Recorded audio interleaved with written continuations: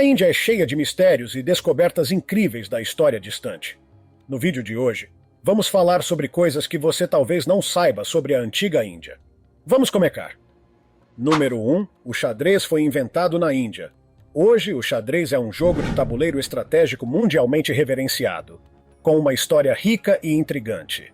Suas raízes estão profundamente embutidas na antiga Índia, onde inicialmente era conhecido como Ashtapada. No entanto, com o passar dos séculos, o jogo passou por transformações significativas, evoluindo para o chaturanga durante o reinado do Império Gupta. O chaturanga compartilhava várias semelhanças com a versão contemporânea do xadrez, com diferentes peças que possuíam poderes distintos e o objetivo final de proteger o rei. A jornada do chaturanga se estendeu muito além das fronteiras da Índia. Viajantes, santos, artistas e até mesmo membros da realeza levaram diferentes variações do jogo pela Rota da Seda, eventualmente introduzindo-o na Pérsia. Os jogadores começaram a usar a palavra Shah, que significa rei, ao atacar o rei, e Shamat, quando o rei não podia escapar do ataque. Isso abriu caminho para o termo inglês checkmate, ou checkmate, e o francês échec et mat. Peregrinos budistas e viajantes na Rota da Seda desempenharam um papel essencial na disseminação do jogo para o Oriente, onde ele passou por mais adaptações. No Japão, começou-se a jogar uma variante do xadrez chamada shogi, que evoluiu do jogo indiano para uma versão chinesa também usada na Coreia, com regras e limites distintos. À medida que o tempo passou, o xadrez chegou à Europa, trazendo consigo as influências de suas origens persas. Embora o início exato do xadrez seja um tanto misterioso, sua popularidade duradoura e o desafio que ele oferece fizeram dele um jogo de estratégia amado por pessoas em todo o mundo.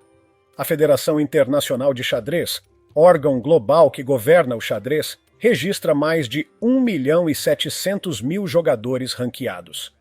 Número 2. O Mausoléu do Imperador Humayun. O túmulo de Humayun, em Delhi, na Índia, é uma obra arquitetônica historicamente significativa, construída em 1570.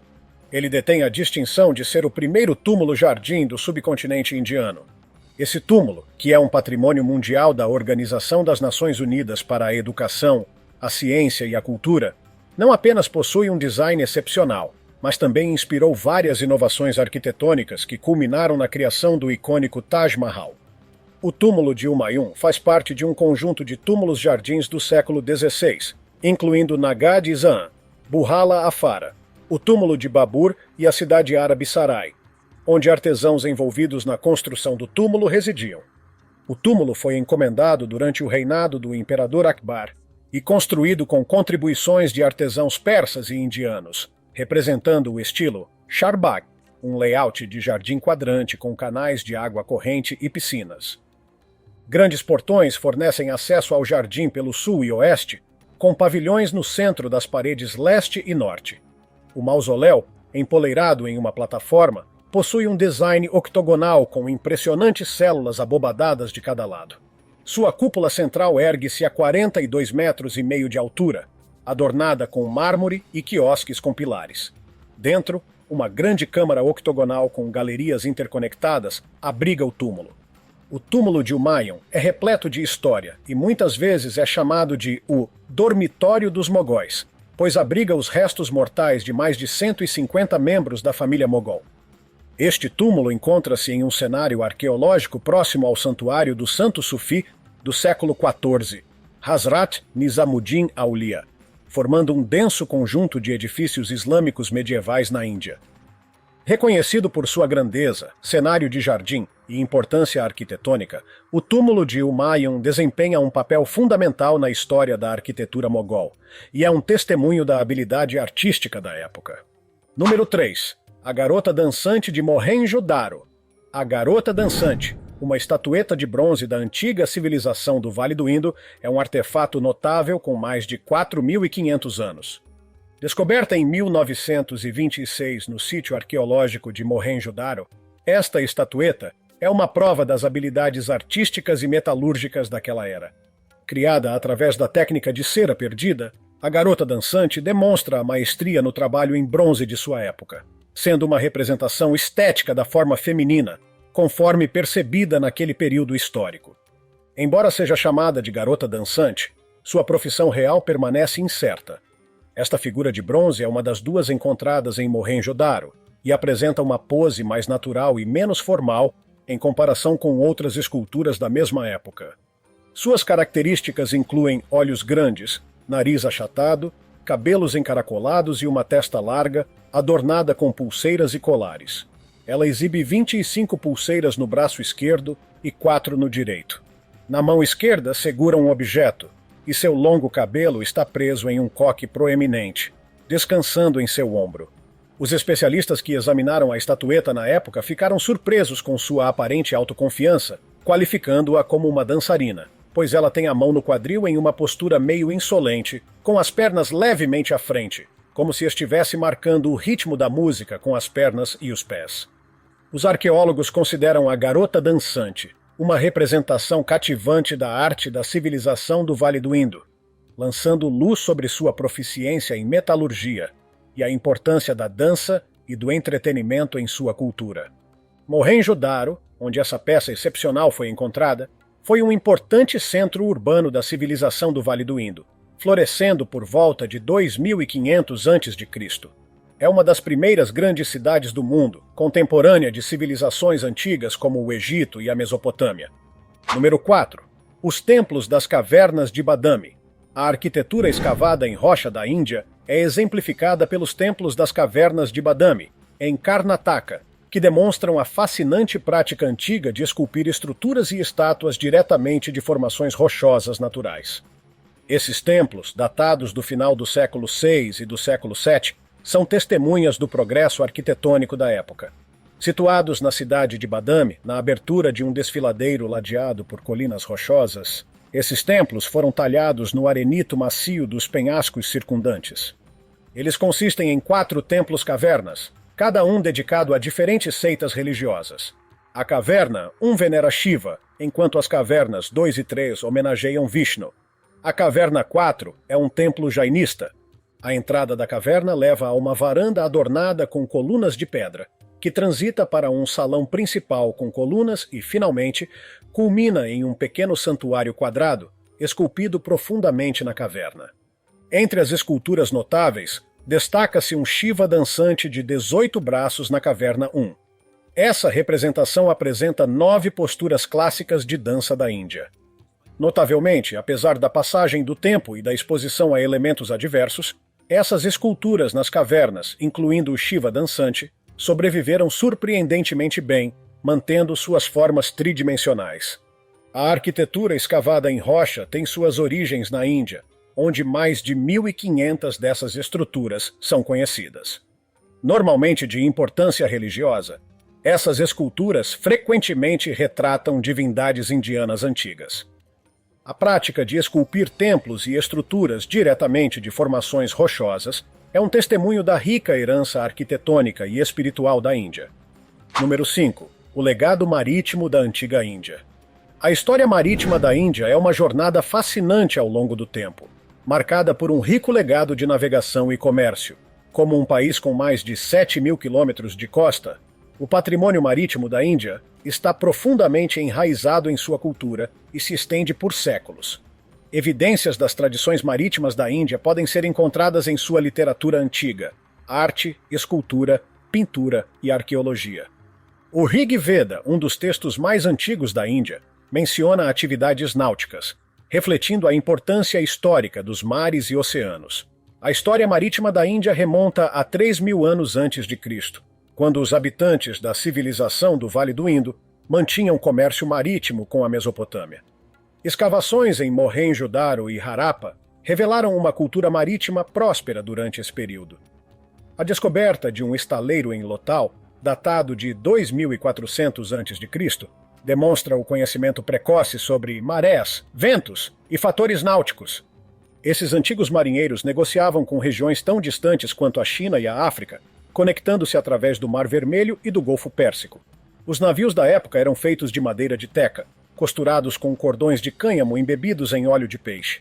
Eles eram impulsionados por grandes remos, pois os mastros ainda não eram empregados. A literatura védica, incluindo o Rig Veda, oferece insights sobre o conhecimento das rotas oceânicas e viagens marítimas. Os textos épicos, Ramayana e Mahabharata, também contém referências a navios e viagens marítimas. Durante o período de 1500 a 1000 a.C., a cidade de Dwaraka serviu como porta de entrada para os navios indianos que negociavam com a Síria e Chipre. As atividades marítimas dos Nandas e Maurias, entre 500 e 200 a.C., expandiram o alcance da Índia, espalhando sua cultura e crenças para países vizinhos. Número 6. O Império Gupta. O Império Gupta, que floresceu aproximadamente entre 320 e 550. Depois de Cristo, ocupa um lugar significativo na história indiana. Esse período é conhecido por suas contribuições notáveis em várias áreas, como artes, arquitetura, ciências, religião e filosofia. Chandragupta I iniciou a expansão do Império Gupta, marcando o fim do domínio provincial e inaugurando uma era de prosperidade, muitas vezes chamada de a Idade de Ouro da Índia. As origens da dinastia Gupta remontam a Sri Gupta, que estabeleceu a fundação dessa poderosa dinastia por volta de 240 d.C. Embora a história inicial dos Guptas não seja amplamente documentada, informações valiosas vêm dos relatos de viagem de monges budistas como Faxian, Xuanzang e Yijing. Chandragupta I, filho de Gatotkacha, foi instrumental no crescimento do Império Gupta. Ele utilizou estrategicamente seu exército forte, adquiriu minas de ferro por meio de seu casamento com a princesa Kumaradevi e expandiu as fronteiras do império, possivelmente alcançando Allahabad. Seu sucessor, Samudragupta, foi um gênio militar que expandiu ainda mais o alcance do império, tanto no norte quanto no sul. Seu reinado estendeu o Império Gupta desde o Himalaia até os rios Krishna e Godavari, abrangendo desde Balkh, no oeste, até o rio Brahmaputra, no leste. Após o reinado de Samudragupta, Chandragupta II assumiu o trono. Ele foi um rei multifacetado, conhecido por sua administração eficiente, patronato às artes e expansão até a costa do Mar Arábico. O reinado de Chandragupta II viu um progresso sem precedentes em vários aspectos da vida. O governo do Império Gupta era caracterizado por uma administração eficiente, divisão em províncias e processos burocráticos transparentes. As leis criminais eram brandas e o império priorizava a ordem pública e a justiça. Número 7. Os Poços Escalonados de Gujarat. Os Poços Escalonados, também conhecidos como Vavs em Gujarat, ocupam um lugar especial na história e cultura de Gujarat. Esse estado do oeste da Índia enfrentou desafios de escassez de água devido às suas condições climáticas e geográficas, levando governantes e reis a construir poços escalonados ao longo dos séculos. Inicialmente criados como uma solução para a falta de água, esses poços evoluíram para se tornar maravilhas arquitetônicas com intrincadas esculturas e designs. Os poços escalonados desempenhavam uma função vital durante períodos de seca, fornecendo água para as comunidades. Essas estruturas representam uma mistura única de arquitetura, tecnologia e arte, próprias do subcontinente indiano. Um aspecto fascinante dos poços escalonados é sua capacidade de proteger a água da luz solar direta, controlando eficazmente a evaporação e, assim, preservando a água. Além disso, o piso natural dentro do poço ajuda na filtragem da água, mantendo-a fresca. Gujarat possui vários poços escalonados impressionantes, tornando-os uma atração significativa para turistas que exploram o patrimônio cultural do estado. Esses poços foram projetados para resistir a terremotos de até 7,6 na escala Richter. Um exemplo notável é o Rani Ki Vav, em Patan, que reflete a rica história e habilidade artesanal de Gujarat. Com mais de 100 poços escalonados espalhados pelo estado, eles oferecem um vislumbre do passado com seus designs intrincados e arquitetura artística. Além de sua função prática, os poços escalonados serviam como centros sociais, onde as pessoas se reuniam, discutiam suas vidas e interagiam. Alguns poços escalonados até apresentam esculturas de deuses e deusas, mostrando as profundas raízes religiosas e espirituais de Gujarat. Esses poços escalonados muitas vezes são negligenciados pelos turistas, mesmo revelando um lado menos conhecido da cultura de Gujarat. Número 8. A cidade perdida de Dholavira. Dholavira, um sítio histórico em Gujarat, Índia, foi recentemente designado como o 40º Patrimônio Mundial da Organização das Nações Unidas para a Educação, a Ciência e a Cultura do país, marcando um marco significativo. Este reconhecimento é particularmente notável porque representa a primeira inclusão de um sítio da civilização do Vale do Indo na Índia na prestigiada lista da Organização das Nações Unidas para a Educação, a Ciência e a Cultura. Agora a Índia se junta ao Clube dos 40, ao lado de países como Itália, Espanha, Alemanha, China e França. A coleção impressionante de patrimônios mundiais da Índia compreende 32 sítios culturais, 7 sítios naturais e um bem misto. Antes de Dholavira, o Templo Ramappa, em Telangana, detinha a distinção de ser o 39º Patrimônio Mundial da Índia. Dholavira, com seus restos urbanos bem preservados, é um testemunho da civilização do Vale do Indo. Descoberta em 1968 pelo arqueólogo Jagat Pati Joshi, ela é considerada a 5ª maior metrópole da civilização do Vale do Indo, florescendo por volta de 2500 a.C. Essa civilização urbana floresceu na parte ocidental da Ásia do Sul, abrangendo o que é hoje o Paquistão e o oeste da Índia. Os traços únicos de Dholavira, incluindo reservatórios de água em cascata, fortificações externas, portões distintos, arquitetura sofisticada e mecanismos defensivos multicamadas, refletem sua importância histórica. As descobertas arqueológicas do local são igualmente impressionantes, incluindo cerâmica de terracota, ornamentos de ouro e cobre, selos, ferramentas e até inscrições em pedra na escrita do Vale do Indo, entre outros tesouros. Número 9. O Templo do Sol de Konark. O Templo do Sol em Konark, na Índia, é uma maravilha arquitetônica e um símbolo de excelência artística. Construído no século XIII, ele representa monumentalmente o carro do deus Sol, Surya, com detalhes intricados que incluem 24 rodas adornadas com desenhos simbólicos e uma equipe de 6 cavalos puxando o carro. Este templo é conhecido por sua importância arquitetônica e artística, refletindo o brilho da construção de templos daquela era. Localizado na costa leste da Índia, o Templo do Sol é um testemunho do reino de Odisha no século XIII. O design do templo é intrincado e completo, com 12 pares de rodas representando o carro do deus Sol e esculturas que retratam a vida contemporânea, como músicos, dançarinos e até cenas eróticas. O complexo do templo inclui várias partes, incluindo o santuário principal, chamado de Vimana, um salão de audiências, chamada de Jagamohana, um salão de dança conhecido por Nata Mandira, e outras estruturas subsidiárias. A importância histórica do templo está em sua associação com o Império Ganga e os valores daquela época. As narrativas escultóricas fornecem insights sobre os aspectos religiosos, políticos, sociais e seculares daquele período. Número 10. O Império Maurya. O Império Maurya, estabelecido por volta de 321 a.C., ocupa um lugar significativo na história da Índia como o primeiro império pan-indiano, cobrindo uma vasta extensão da região indiana, que se estendia do centro e norte da Índia até partes do atual Irã.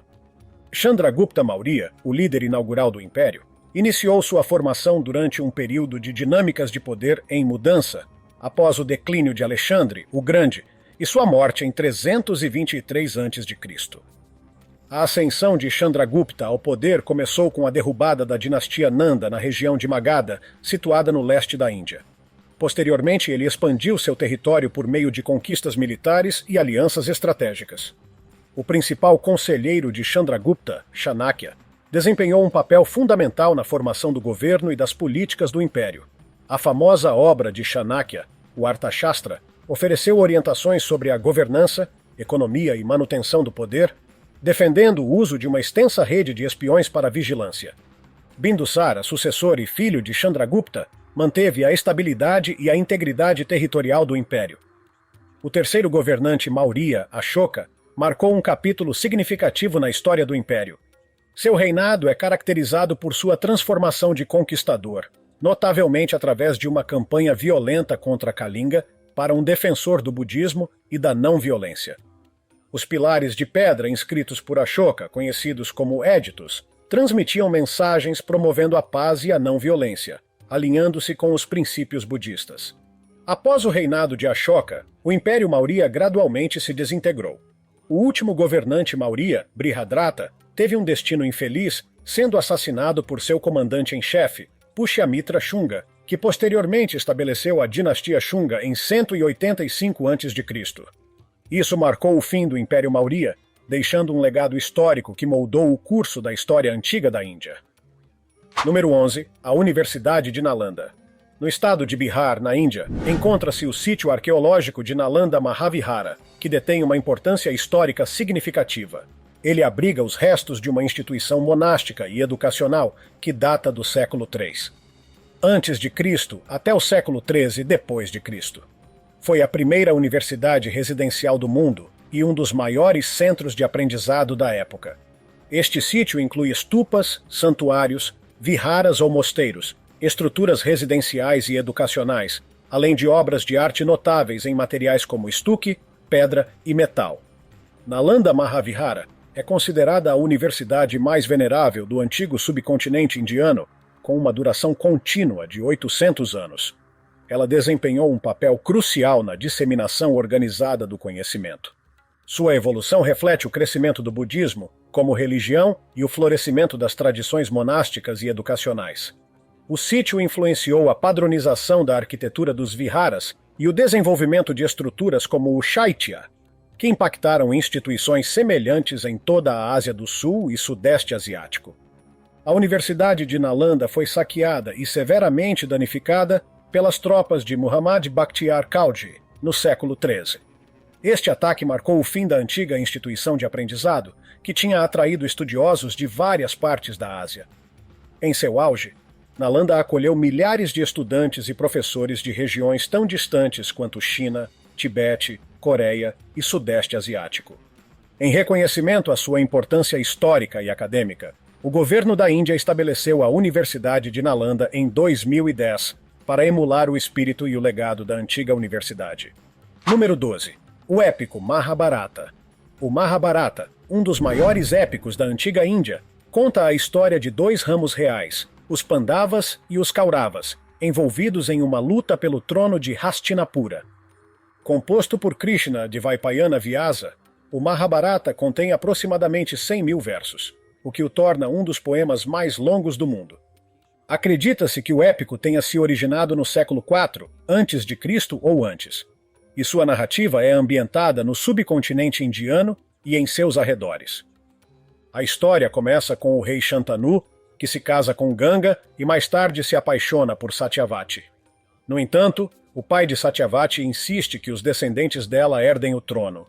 O filho de Shantanu, Devavrata, renuncia ao direito ao trono, tornando-se conhecido como Bhishma. Satyavati e Shantanu têm 2 filhos, e após a morte de Shantanu, Bhishma desempenha um papel crucial na administração do reino. Quando os filhos de Satyavati chegam à idade adulta, um deles morre em um conflito, deixando o mais novo, Vishitravirya, como rei. Bhishma arranja casamentos para Vishitravirya com princesas, mas ele morre sem deixar filhos. Número 13. O Pilar de Ferro de Delhi. Um dos mistérios da antiga Índia é o Pilar de Ferro de Delhi, que desafia a ferrugem e continua a intrigar estudiosos e turistas.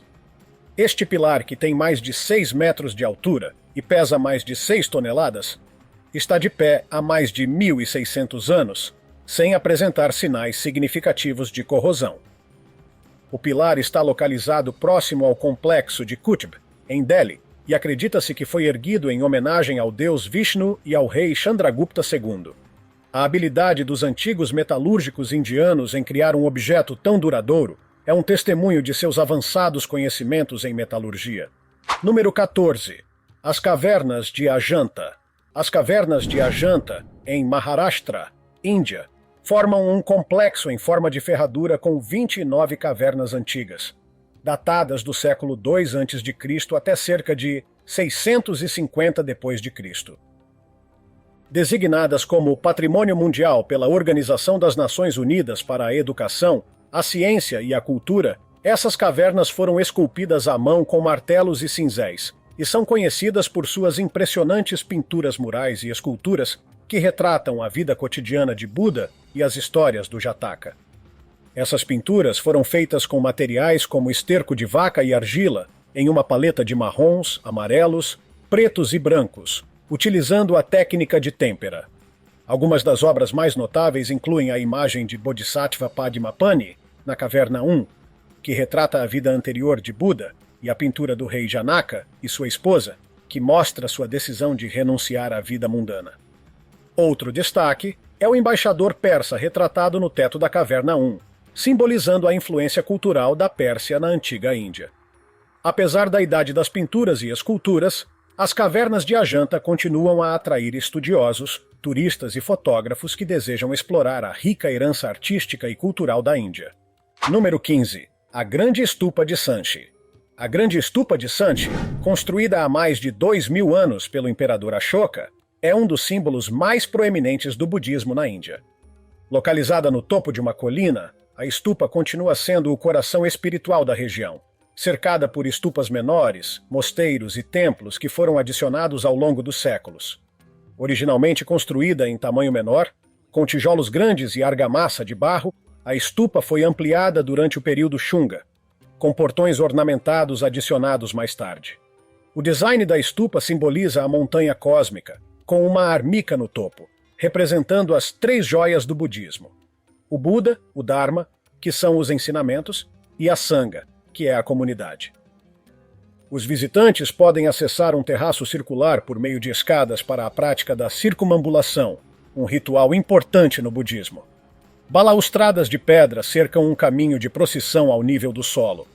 Os 4 portões cardinais da stupa são adornados com intrincadas esculturas que retratam símbolos budistas e cenas históricas. Notavelmente, o Buda é representado simbolicamente, em vez de em forma humana, através de símbolos como a árvore bode e a roda do Dharma. Esses portões, adicionados no século V d.C., demonstram a devoção duradoura inspirada pelo legado do imperador Ashoka em Sanchi. Número 16. As Cavernas de Ellora. As Cavernas de Ellora, localizadas perto de Aurangabad, em Maharashtra, são um complexo monumental de 34 mosteiros e templos esculpidos em uma falésia de basalto, abrangendo mais de 2,5 km. Datadas de cerca de 600 a 1000 d.C., essas cavernas revelam a rica herança cultural da Índia antiga, com templos dedicados ao budismo, hinduísmo e jainismo. As cavernas foram esculpidas em 3 fases, refletindo diferentes sistemas de crença. As primeiras cavernas, de 1 a 12, ilustram o budismo Mahayana. As cavernas hinduístas, numeradas de 13 a 29, incluem o famoso templo Kailasa, na caverna 16, que é considerado o auge da arquitetura esculpida em rocha. Este templo dedicado a Shiva é uma obra-prima de escultura em pedra, adornada com intrincadas esculturas. As cavernas jainistas, numeradas de 30 a 34, foram criadas entre os séculos 9 e 10, apresentando esculturas delicadas e pinturas dedicadas à seita de Gambara. As cavernas de Ellora oferecem uma visão fascinante da diversidade religiosa da antiga Índia e são um tesouro cultural inestimável. Número 17. Os Vedas.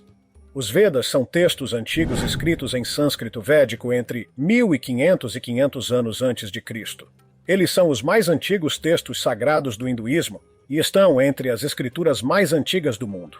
Os Vedas são divididos em 4 categorias principais: Rigveda, Samaveda, Yajurveda e Atharvaveda, cada uma com um propósito específico dentro da tradição védica.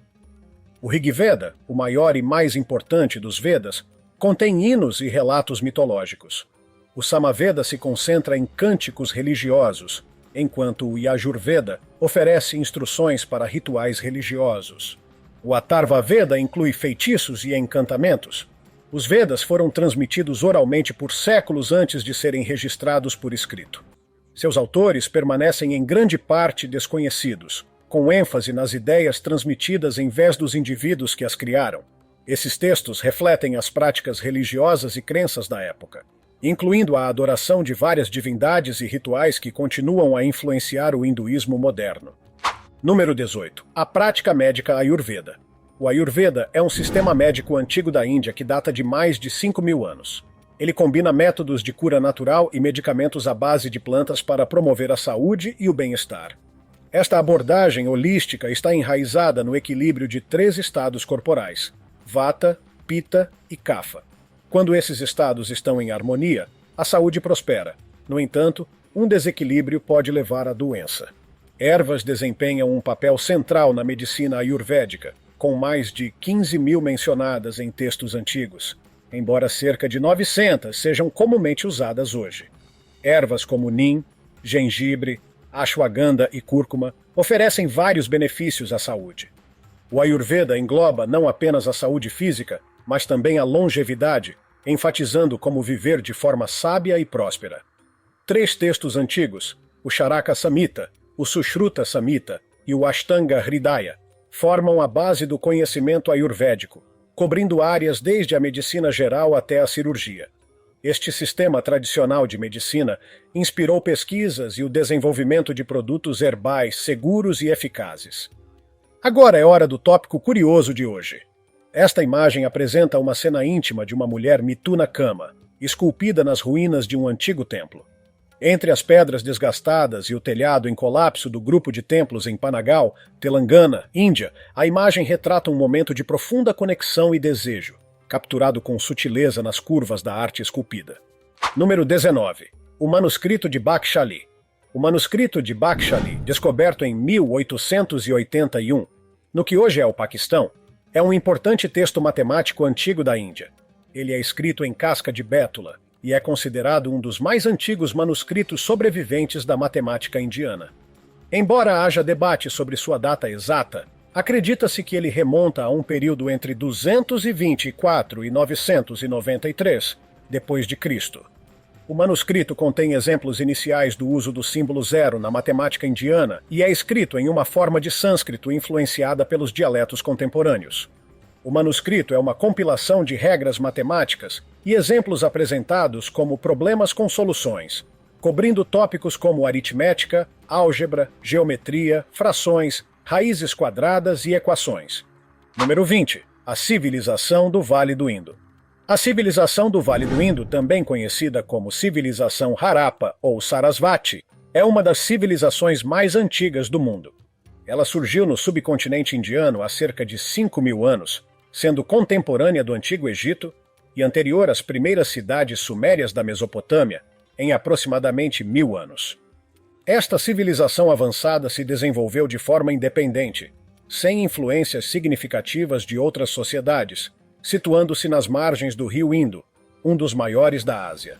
Suas cidades, como Mohenjo-Daro, Kotdiji e Shanhu-Daro, eram conhecidas por seu planejamento urbano sofisticado, com layouts em grade, sistemas avançados de gestão de água, amplas ruas pavimentadas e sistemas de drenagem.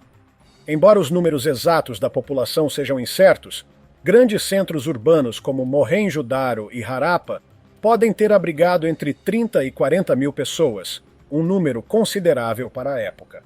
A civilização do Vale do Indo se estendeu além do atual Paquistão, alcançando partes do noroeste da Índia e do nordeste do Afeganistão. Você já visitou a Índia? Qual aspecto cultural e histórico mais te impressionou? Deixe-nos saber nos comentários. Se gostou do vídeo, dê um like. Se quiser ver mais vídeos como este, clique em um dos vídeos na tela ou explore nosso canal. Obrigado por assistir e até a próxima.